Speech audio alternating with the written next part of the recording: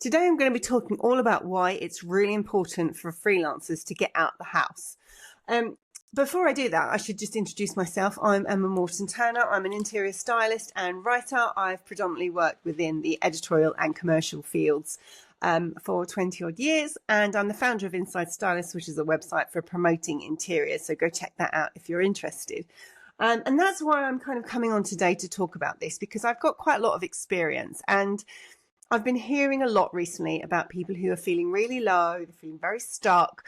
They are just feeling like they're the only ones feeling bad at the moment. And I just wanted to come on really and share that this is absolutely normal. You are not alone. I've felt it. Other stylists have felt it. Other writers have felt it. It's been very interesting out there at the moment. And I say interesting in a, when someone isn't attractive and you say they've got a great personality. It's interesting in that way. I just wanted to share that people are quiet in the industry. They're not quiet on their shoots and their writing features. It's not because of them. People are saying it's because I'm too old, or it's because I'm a mum now and people don't want to interrupt me, or they think I can't come on shoots that are overnight because I've got kids. People are saying to me they think their style is like, they share their style on Instagram and they're not getting booked because people think they're too modern. Then they say they think it's because they're too traditional, and it's not that. It's something completely different now. And it's feeling quiet right now for a number of reasons. And I'm just going to point out a few. You probably know some, but I think sometimes you need to hear it so you can really understand when I say it's not you and you're not alone. This is why. So let's start with the financial climate. Things are very tight at the moment. There is uncertainty, global uncertainty, in fact. There is the effect of the markets being affected by Trump. And I don't know why I said it like that, but Trump has had a massive effect on how products are imported and exported. People aren't doing photo shoots because of that. There's less campaigns, there's less features. The financial climate in this country before Trump even got in was very tight. People are really pulling in the purse strings. They aren't doing shoots, they're waiting. I have been saying this for a little while though, but when the financial year ended, things have started to pick up a little. And I think that's really good because people have got to that point where they're like, right, new year, new tax year, let's get that budget and push it a bit further out. So that's really good as well. We have also got the impact of AI. Now, I hate mentioning AI. I'm scared to mention AI. Let's face it, people get really upset when I talk about AI. So I'm going to be very brief with what I say here. First, I'm going to say, yep, it's here. And I'm also going to say, nope, it can't replace you. You are still going to be the creative input. You are still going to be the person with the experience who knows how to make sure a shot is edited, to make sure a product is the hero. You need to make sure that the images that are being shot are right for whatever your client wants. But I've mentioned this in previous podcasts, actually. You want to make sure that they are hitting the nail on the head when it comes to getting images that are good for social media.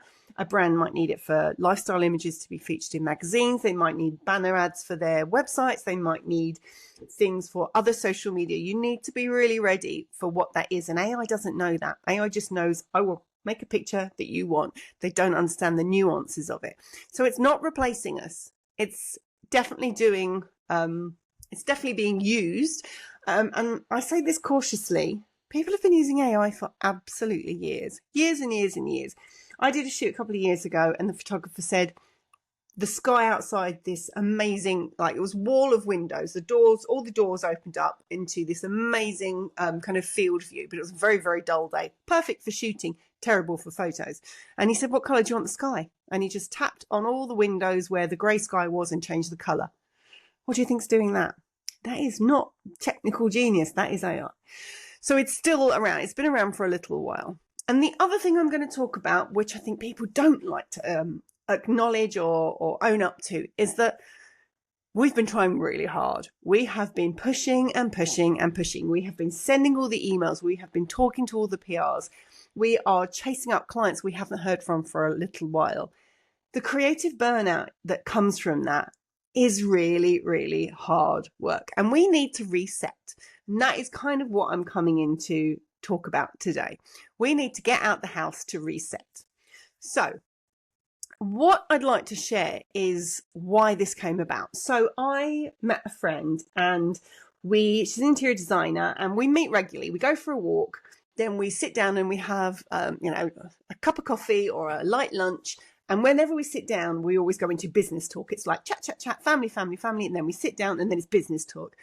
And we will share what we're working on at the moment and our ideas. We're both kind of entrepreneurial within our fields, and we just feed off each other. We just love it. We love hearing what each other are doing. We will always give our 2 pennies worth, and we will always kind of be quite constructive with what we say. It's interesting because that's not why we meet, but that's always what happens. Very, very rewarding. That in itself is something I would recommend doing, is getting around those people who really lift you up. This person lifts me so high. Anyway, I was talking about something I had in my mind. She was like, last time we met, you were talking about this thing. And I said, yeah, I've moved it on and I've had some more ideas and I've got this thing I really want to do for Inside Stylists. It's quite a big project for me, so it's going to take a little while to do. And I was just kind of running through the idea with her, and she came up with her 2 pennies worth, and she was saying, oh, Emma, you should do this and you should do that. But in a really, things she was saying weren't quite right. They weren't going to fit, but she made me think about the whole project in a completely different light. And it made things just slot into place, because I don't know about you. I believe that procrastination is, there's something holding you back for a reason, and you're not doing it because you don't want to. It's either a fear, or something's not ready, or you haven't got it completely clear in your mind yet, and whatever it is. And she kind of took all of that away for me. And it was because I met up with her and we had this conversation that it really, really helped clear everything up. So I met with her, and then I went straight from meeting her to a press event. I went to the Bisley press event, which I still need to get the video together and share. I will. It's been very busy recently, which I'll share in a minute. But I went from meeting her to going to this Bisley event. And on the way to the Bisley event, I did an Instagram story. And it basically said, if you are feeling really low, get out the house. If you are feeling stuck, go and talk to someone. It's really, you never know how a conversation will lift you up, make you feel heard, get you out of a rut, stop the thing that's churning around in your brain from churning around in your brain. It gets it out and it gets you moving, and it just makes you think, right, time to go get on. And this is basically what I said in the Instagram story. And from there, I had so many amazing messages, people saying they were right, they thought it was right, and they needed to get out and they needed to hear that at that moment. It was really good timing. And then I went to the Bisley event, and I caught up with magazine editors, other stylists, other writers, new people I'd never met before, people who I knew of but didn't know what they looked like. So I'm sitting chatting to someone, and then I realise it's a stylist I've heard of from many years ago. And I also met Gabriella, who was she's an artist who did this amazing tessellation design on the Bisley new collection for Bisley that launched at Clarkham, which I've mentioned a couple of times now. I will put images in the show notes so you can see what I'm talking about. But I stood talking to Gabriella for ages. So within the space of a few hours, I've met with a friend and been really inspired. I then talked to other stylists who are telling me what's happening in their world. How, are they busy? Are they not busy? Where are their struggles? Where are my struggles? I talked to a magazine editor and said, what are you looking for at the moment? She opened up my eyes to a number of other things that are going on, which had I not been there, I wouldn't have heard that. And just speaking to people, I spoke to the PR as well. So speaking to people and finding out more about what is going on within my industry stops you thinking, well, it can't be that you're too old or your style's not right or whatever reason. It's because of this, this and this that I've just heard about literally from other people. And that is why it's so important to get out there. Now, within the last 3 weeks, this is not bragging. This is just work. This is exactly what's happened. I'd been to the Bisley event. I went to Clarkham Design Week. I bought tickets I did get discounted tickets, but I bought tickets to the Chelsea Flower Show, and I took my sister along. I went to a book launch. This week, I've been to Wow House. I went to 2 press launches yesterday. I've just been out so many. Oh, there was Design Craft. No, it's not called Design Craft Week. Is it just called Craft Week? I can't remember what it's called now, but whatever week it is, I went to that. I went to some events that I'd been invited to by PRs to that. I was just getting out the house, and I was getting out the house because I'm a person who needs to be shooting, and then I need to be at home writing, and then I need to be propping, and then I need to be shooting, and I don't ever want my 2 weeks to be the same. And it just seems that literally as the tax year started, all the events started cracking on, and May is always very busy for us anyway. So May and June May going into June is always manic. And there's just been meeting after meeting after meeting. And every single time I've gone out, I've been lifted by someone. And it might just be two people saying, oh my God, it's been so quiet. How are you coping? I don't know. How are you coping? And then let's have another glass of champagne or whatever at this event. And it just lifts you and you realize you're not on your own, and it is everybody, and you aren't feeling, there's nothing that is going on that is you. It is literally just about getting out and getting to hear what other people say. So that was why I wanted to talk about that. So why is getting out of the house important? Silence at home is an absolute amplifier. If you're at home and things are churning over in your head, and I know a lot of people, a lot of stylists especially, when you talk to your partner or people in your close circle, they don't really understand our world. Our world is all or nothing. I mean, I've been freelance, where are we, 2025? I've been freelance 14 years now, longer than I was in-house. It is all or nothing, and it has always been all or nothing. And I think it takes another freelancer to really understand that. So getting out of the house stops you from sitting there and letting it churn over and over and over in your brain. You need to just get out the house. And it doesn't mean meeting up with someone, although I do think that is much better. But I think when we are creative people, we need to be in places where you get inspiration. We need to be where the people and the settings and the conversations are going to be uplifting. Now, yesterday, I had 2 press launches. One was at between 9 and 11, and the next one was at 2:45. So there was a really big chunk in the middle. So what I normally do is I go to an art gallery, and then I buy a coffee and I sit in the coffee shop and I work. And yesterday I went to the RA, the Royal Academy, and I actually popped in there to go to the loo. And then I found by accident this little space. There was a coffee shop near the entrance on the right. And you go in through the doors and you turn right. There's a little like cafe, beautiful, beautiful cafe. That building is incredible. But then beyond that, there was a little members room that you can go and sit in. Up until 4 o'clock, you can go and sit in there. After 4 o'clock, it's members only. And it had beautiful blue sofas, and it had Royal Academy artists' work on the walls, which I have to say, I mean, I do love art, but I have to say I loved it. It was really beautiful. And I just sat in there, plugged my laptop in, and I worked for a few hours. And that was great because you're in a really lovely environment. There's I quite like working in a coffee shop because that little chink of china and teacups and teaspoons stirring. And I find that quite focusing. I like the little bantery noise in the background. So it was really nice to be there. It was a really nice surroundings. I walked around some of the art.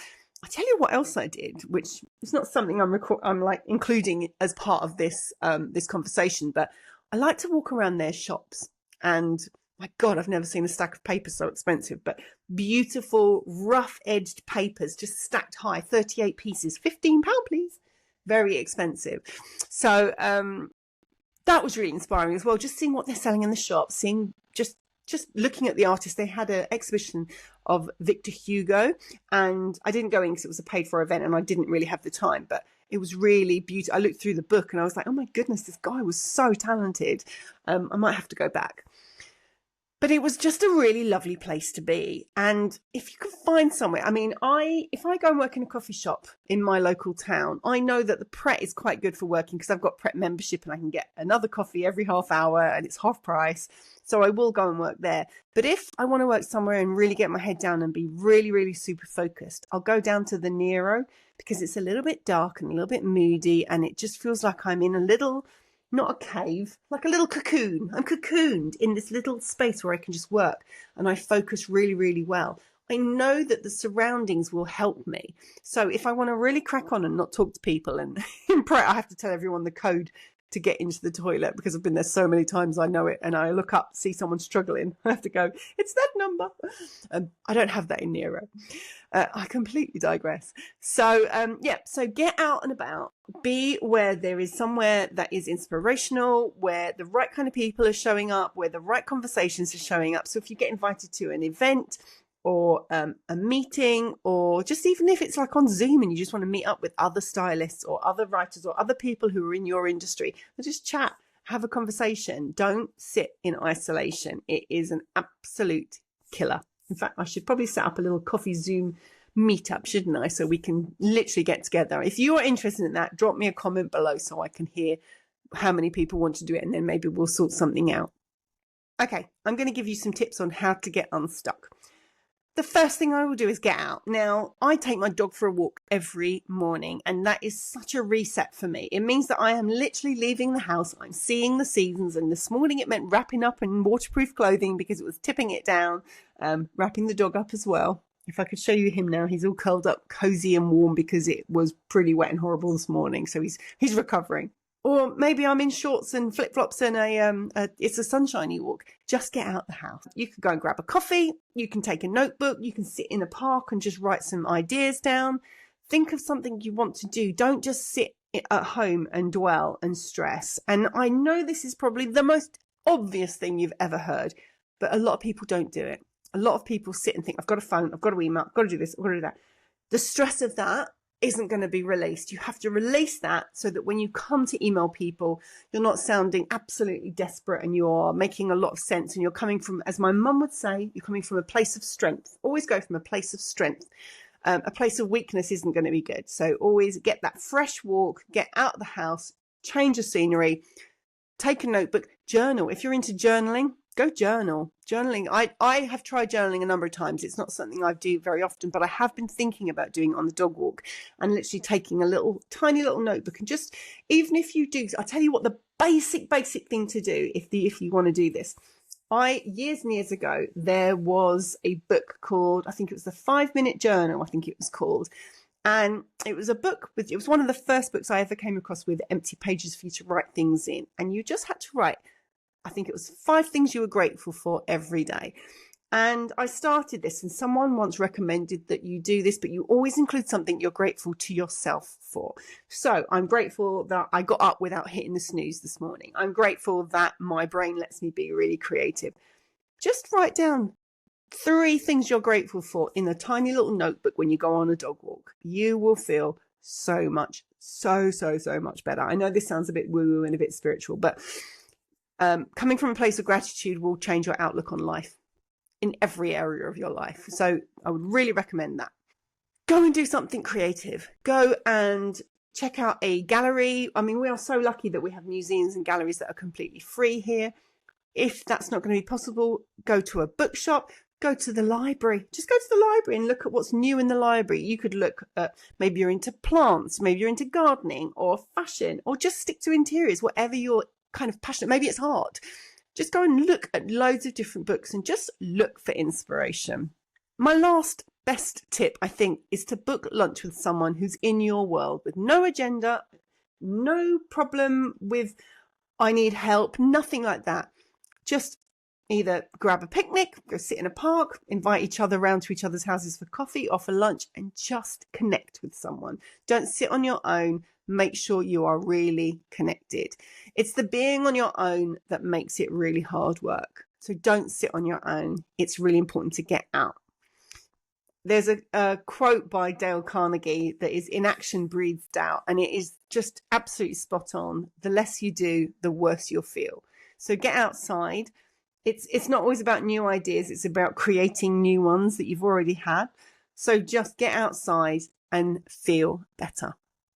Okay, short and sweet this week. So I really hope that helps. And if you have any comments, if you are feeling very lost and very lonely and you want to drop me a line, drop me a line. You can find me through Inside Stylists. There's a contact us page. There's a little note, little form on there. Just send me an email because I'm very good at talking and I'm very good at talking to other people. So you're not on your own. It's not you. It is everyone. Okay, that's it for tonight. That's it for today. See you next time.